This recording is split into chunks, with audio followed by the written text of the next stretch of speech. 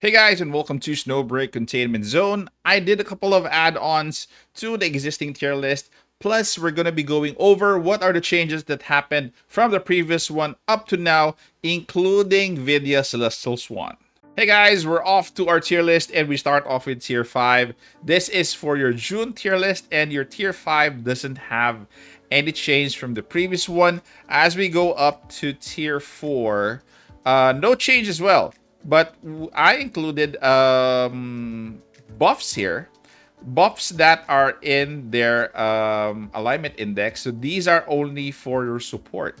So additional buffs that they get for your alignment index is highlighted in yellow. As we go up to tier 3, it's the same, no change. But if you can compare both your all of your SR supports, alignment index is usually a buff to self. Okay, so take note of that, including healing effect increase. This is actually Yao's healing. So SRs mostly buff themselves. SSRs usually buff themselves or mostly others within the full squad. So if you go up to tier 2, there's a change here. We have changing the observer. So increase S energy recovery to self as well. But if you go to Freesia, Little Sunshine, so increase full squad damage to targets with burning effects. Not there. To targets with burning effects. So that is going to be the first one for SR. So take note, there are certain conditions that some of the buffs or debuffs for the alignment index. So you have to take note that you have to check the actual skill of the operative. So that is it for our tier 2. Let's go to tier 1. So for tier 1, we don't have any change, but for Ichil, for her alignment index, it's healing bonus increase. So again, not much activity for tier 5 until tier 1, but as we go up to tier 0.5, we do have a single change here, which is going to be Mauxer Shadowka, coming from tier 0 to tier 0.5. So I'm going to be discussing more on the buffs here because these are going to be SR support. So for Shadowka, it's going to be crit rate increase for deployed op and crit damage increase for deployed up as well. So both have certain conditions. Check out the alignment index to know more information, but this is what they give. For Marion Riptide, so it's going to be increased full squad standard skill damage. So take note, it's only going to be standard skill damage. It's not all skills. Okay, for full squad. Then for Tess, it's your energy recovery increase to both self and to squad. So those are their buffs. And as we go high up the chain, so for our last tier at tier 0, we're starting off with some of the changes here with our supports and with Fenny Starshine. So Fenny Starshine's yellow text here for her alignment index is increase in full squad ballistic damage. So far, she's the only support that has this.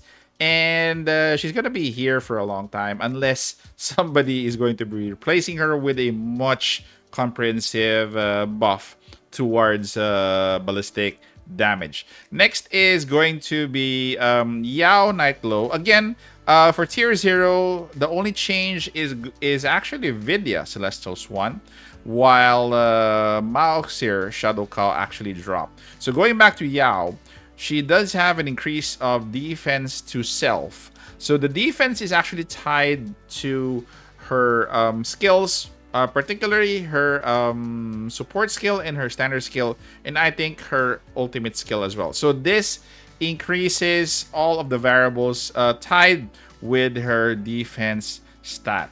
So next is going to be Enya Exuvia. So we actually talked about her earlier. So increase in full squad skill damage, which is actually wider of a buff compared to Marion Riptide. And let's talk about both of Vidya, Celestial Swan, and Akasha Kaguya.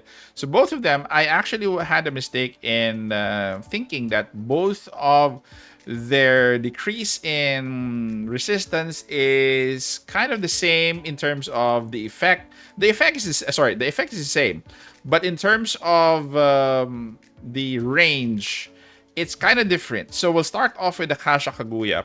So decrease all type resistance, which means whatever element you're carrying, whether it's gonna be multiple elements, the decrease in all type resistance is for all elements. So you don't have to worry whether you have different elements in one team or whether your teammates have different elements than you, especially if you're carrying Kasha Kaguya as your operative for co-op. This is going to cover every element that we have for decreased resistance. But for Vidya, Celestial Swan, this is decreased corresponding resistance type. So this is going to be referring to one element only. So for her skill, her support skill is going to be linking to a single target, plus it creates an AoE. So once you do damage, whether for a ballistic or skill damage to that linked enemy, that will be the element that it's going to be having as a decrease in resistance type. So only one element will be tagged with that enemy for that round of support. Once that support is actually going to be out and you reapply another support linked to the operative or to the enemy, it could have a different decrease of a different element in terms of resistance. So again, Akasha is going to be a wide spectrum, but for Vidya, it's only going to be one element in terms of decreased resistance type. So going back to Akasha, she does have an increased full squad damage, but this has I think there's a condition here wherein movement is slowed. The good thing about Akasha, you can actually use her ultimate skill while she is a support.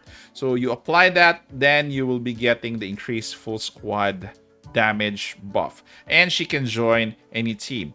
So going back to Vidya, Vidya has a defense decrease. So this is the first debuff that we have for the game. And she definitely trumps Akasha in terms of the application of her debuffs, because she has two major debuffs while Akasha only has one. Plus, Vidya is going to have an attack percentage boost in her alignment index, which is a nice plus. And she can also join any team, whether it's going to be ballistic or a skill damage main operative. Okay, so that is it. So both of them clearly are still at tier 0. Akasha you can really use her in a second team if you're running a second team. Plus, again, she provides you with more flexibility in terms of decrease in resistance type. You just have to basically maintain both of them in your roster, because both of them are flexible enough to be carried in any team. You don't have to choose between either of them. Either is actually good.